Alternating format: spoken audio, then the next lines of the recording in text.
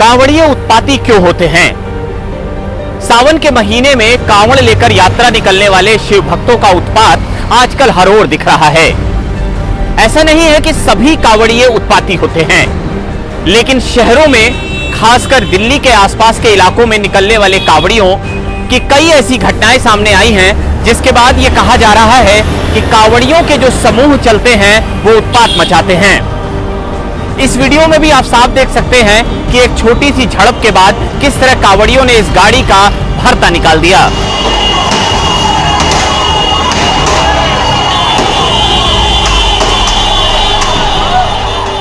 कांवड़ियों के इस व्यवहार को लेकर समाज में बहुत गुस्सा है। जाहिर है, कांवड़िए तो अपने धार्मिक आस्था पूरी करने के लिए निकलते हैं। वे एक शहर से दूसरे शहर तक जाते हैं, जिससे वो गंगा जल को अपने शिव अर्पित इष्ट देव पर चढ़ा सकें। कांवड़ियों की यात्रा निकालने की जो परंपरा है वो पिछले सालों में बहुत तेज हो गई है। हर साल श्रावण के महीने में आप देखते हैं कि जगह जगह पर कांवड़ियों के पंडाल लगे होते हैं और वे अपने कंधे पर एक बांस की फट्टी पर जल लेकर चलते हैं। मान्यता यह है कि इस जल को जमीन पर नहीं रखना होता है। कांवड़ियों की यात्रा सरल नहीं होती है। कांवड़ लेकर चलने वाले शिव के भक्त एक जगह से दूसरी जगह की दूरी तय करते हैं, और वो भी कठिन नियमों के साथ। बहुत सारे कांवड़िया नंगे पैर चलते हैं।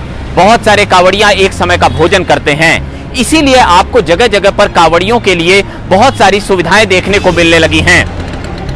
कांवड़ियों का ये जो जत्था निकलता है वो एक शहर से दूसरे शहर तक जाता है। इनका ये विश्वास होता है कि अपने साथ जल लेकर चलने से और उसे दूसरे शहर में जहां की उनके इष्ट देव शिव बसे हैं उन पर चढ़ाने से उनकी मनोकामना पूर्ण होती है। जाहिर है, समझने की जरूरत यह है कि अगर कोई परंपरा सदियों से चली आ रही है, वो अचानक कैसे एक सामाजिक व्यवहार में बदल जाती है। इस व्यवहार को समझने के लिए आपको धर्म भी समझना होगा और समाज भी समझना होगा। कांवड़ियों के जो भी जत्थे आपको सड़क पर चलते हुए दिखते हैं, उनके पीछे एक एकजुटता का भाव होता है और कहीं ना कहीं अपने धार्मिक विश्वास की जड़ें होती हैं।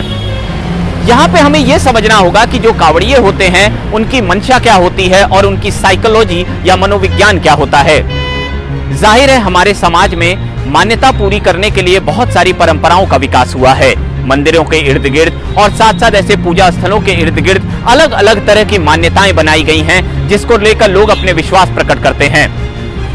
कांवड़ियों के इतिहास की तलाश करने अगर आप जाएंगे तो आपको ये पता लगेगा कि झारखंड के देवघर में बाबा धाम में इस परंपरा की आधिकारिक तौर पे शुरुआत हुई थी। देवघर के बाबा धाम से सुल्तानगंज नाम की जगह जो है वो करीब 108 किलोमीटर की है, और इस 108 किलोमीटर की यात्रा पूरी करके कांवड़िए सुल्तानगंज से जल लेकर देवघर में बाबा धाम में चढ़ाते थे। ये मान्यता स्थानीय थी, लेकिन देवघर में जो बाबा धाम है उसे मनोकामना तीर्थ कहते हैं। तो जाहिर है, इससे मनौतियां जुड़ती गई, मनोकामनाएं जुड़ती गई। जो भी लोग किसी भी तरह की मान्यता मानते थे या मनोकामना मानते थे, वो सुल्तानगंज से जल लेते और बाबा धाम पे चढ़ाते अपनी मनोकामना सिद्ध होने के बाद। धीरे धीरे इस परंपरा का विस्तार होता गया।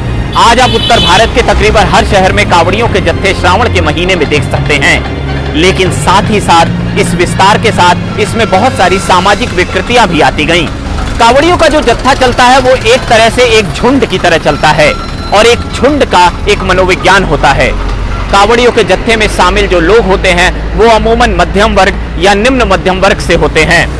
इस कारण उन्हें यह लगता है कि वे समाज में धर्म को लेकर एक नैतिकता की पहल कर रहे हैं। कांवड़ियों का जो जत्था होता है वो धर्म के हिसाब से चलता है। इस कारण उन्हें लगता है कि उन्हें एक शक्ति प्राप्त हो गई है। समाज का जो वंचित वर्ग है उसकी भगवान में बहुत आस्था है। ये वंचित वर्ग जब अपनी आस्था दिखाता है तो कहीं ना कहीं उल्लास में डूब जाता है, उत्साह में डूब जाता है और बहुत सारे नियमों को तोड़ देता है। आप मुंबई की गणेश चतुर्थी या गणेश उत्सव से लेकर बंगाल की दुर्गा पूजा से लेकर और बहुत जगहों पे होने वाले तमाम परंपराओं में जो गरीब वंचित को अगर हिस्सा लेते देखेंगे तो ये महसूस करेंगे कि वो अपने उल्लास को खुलकर दिखाना चाहता है। कांवड़ियों के साथ भी यही होता है। जब वे सड़क पे निकलते हैं तो शालीनता को थोड़ा किनारे रख देते हैं। आजकल खासकर ऐसा होने लगा है, हमेशा से ऐसा नहीं रहा है। अगर आप कांवड़ियों के व्यवहार पे ध्यान दें तो आपको पता लगेगा कि वे शोर मचाते हुए, वे सड़क पे एक तरह से आक्रामकता के साथ चलते हुए नजर आते हैं। जब से कावड़िया मोटरसाइकिलों पे, ट्रकों पे, बसों पे चलने लगे हैं, तब से उनके साथ तमाम और तरह की विकृतियां जुड़ती गई हैं। जैसे वे हाई स्पीड चलते हैं, हेलमेट नहीं लगाते हैं, वे अगर ट्रकों से चल रहे हैं तो उसमें बहुत तेज लाउड स्पीकर्स का इस्तेमाल करते हैं, वे अगर बसों से चल रहे हैं तो कहीं ना कहीं हूटिंग करते हैं।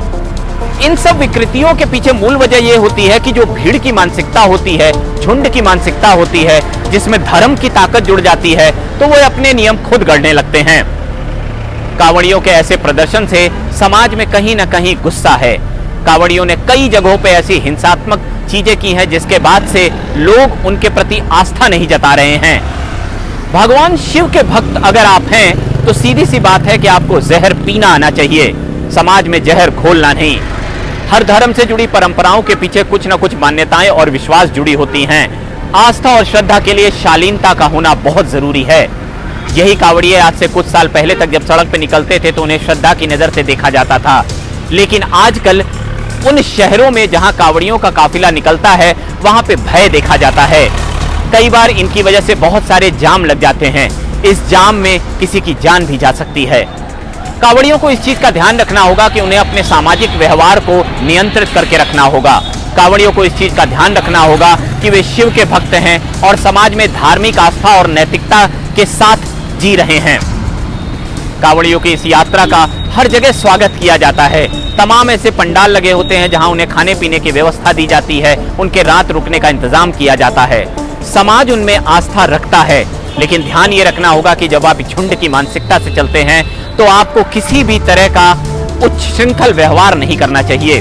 कांवड़ियों को ध्यान रखना होगा कि जब वे सड़क पे चलें तो किसी भी तरह से किसी की अवहेलना न करें, वे किसी को परेशान न करें, वे किसी भी तरह की मारपीट न करें, हिंसा न करें। भगवान शिव के नाम पर भक्ति करने वालों को यह ध्यान रखना होगा कि धर्म अगर उन्हें ताकत देता है तो धर्म उन्हें नैतिकता भी सिखाए। कांवड़ियों के लिए जो भी व्यवस्था की जाती है वो इस विश्वास से की जाती है कि वो कम से कम समाज में एक नए मूल्य का विकास करें। अगर वे केवल शोर शराबे में, अगर वे केवल हिंसा में, अगर वे केवल मारपीट में यकीन रखेंगे तो जाहिर है इससे समाज का विश्वास उनके प्रति उठता जाएगा। वक्त के साथ धर्म का ताना बाना बदल रहा है, वक्त के साथ धर्म को लेकर सोच बदल रही है।